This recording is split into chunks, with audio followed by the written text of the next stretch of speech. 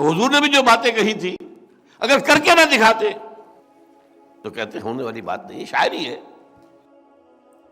سید القوم خادمہم، قوم کا سردار تو خادم ہوتا ہے. وہی بہت اچھا شعر کہا، بڑی تمدہ بات ہے.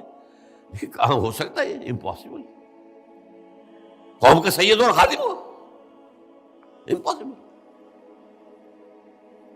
قوم کا سردار ہو اور ایک غریب عورت اس کے بچوں کے لیے آٹے کی بوری اپنے کندھے پر لاد کر رات کے وقت لا رہا ہو. Is it imaginable? Is it imaginable?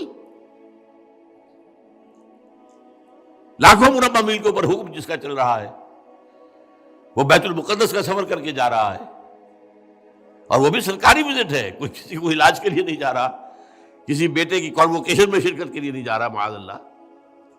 وہاں سے ریکویسٹ آئی آپ یہاں آئیں گے تو یہ بیت المقدس جو ہے فتح ہو جائے گا، یروشلم فتح ہو جائے گا.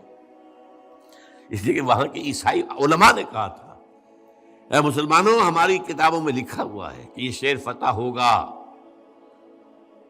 لیکن جس کے ہاتھوں فتح ہوگا اس کی کچھ نشانیاں تم میں وہ نہیں ہے، یہ کبھی فتح نہیں ہوگا تمہارے ہاتھوں چاہے تم قیامت تک پڑے رہو.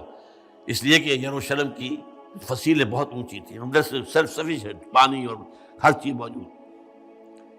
تو ابو عبیدہ بن الجراح رضی اللہ تعالیٰ عنہ امین هذه الامہ، ان کی گئی ہے ریکویسٹ دارالخلافہ آپ تشریف لائیں تو یہ شہر فتح ہو جائے گا.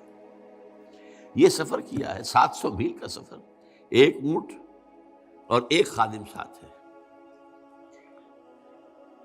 کوئی خدم و حشم نہیں، کوئی باڈی گارڈ نہیں، کچھ نہیں. اور چونکہ اسی پر راستے کا راشن بھی ہے تو وقت پہ ایک آدمی بیٹھ سکتا ہے. ایک منزل خلیفہ اوپر بیٹھا ہے اور خادم آگے چل رہا ہے نکیل پکڑ کر. اگلی منزل خادم اوپر بیٹھا ہے اور خلیفہ آگے چل رہا ہے نکیل پکڑ کر. Can you believe it?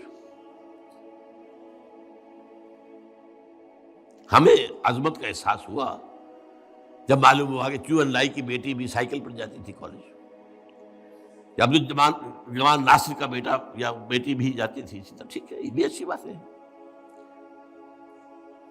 جب مجھے معلوم ہوا تھا ہندوستان کا وہ جو ریلوے کا منسٹر تھا لال بہادر شاستری، جب وہ مرا ہے تو میں حیران ہوا. اٹ واز ڈسکلوزڈ، اس کا کوئی گھر پورے انڈیا میں نہیں تھا. سوال پیدا ہوا کہ اب اس کی بیوی بیوہ ہو گئی، کہاں جائے؟ اور اس کی بیوی اپنے ہاتھ سے جو ہے کھانا پکاتی تھی. اور جب ہارٹ اٹیک ہوا ہے شاستری کو تاشقند میں، تو اس نے وہاں سے ٹیلی فون پر جو بات کی ہے وہ ماتا جی سے کی ہے، بیوی سے نہیں کی. لیکن یہ ساری بلندیاں ان سب کو جمع کر لیجئے، کیا عمر کے آس پاس بھی آئیں گے؟ یہ کارنامہ کر کے دکھایا محمد رسول اللہ صلی اللہ علیہ وسلم. اس کو قائم کرو اور دنیا پر حجت قائم کر دو کہ ہاں دین یہی ہے، حق یہی ہے، نظام یہی ہے. اسی میں انسان کی فلاح ہے، اسی میں اس کی بہبود ہے، اسی میں اس کی اخلاقیات کی بلندی ہے، اسی میں اس کی تہذیب کی مضبوطی ہے، اسی میں اس کے تمدنی کے تقاضے پورے ہو سکتے ہیں.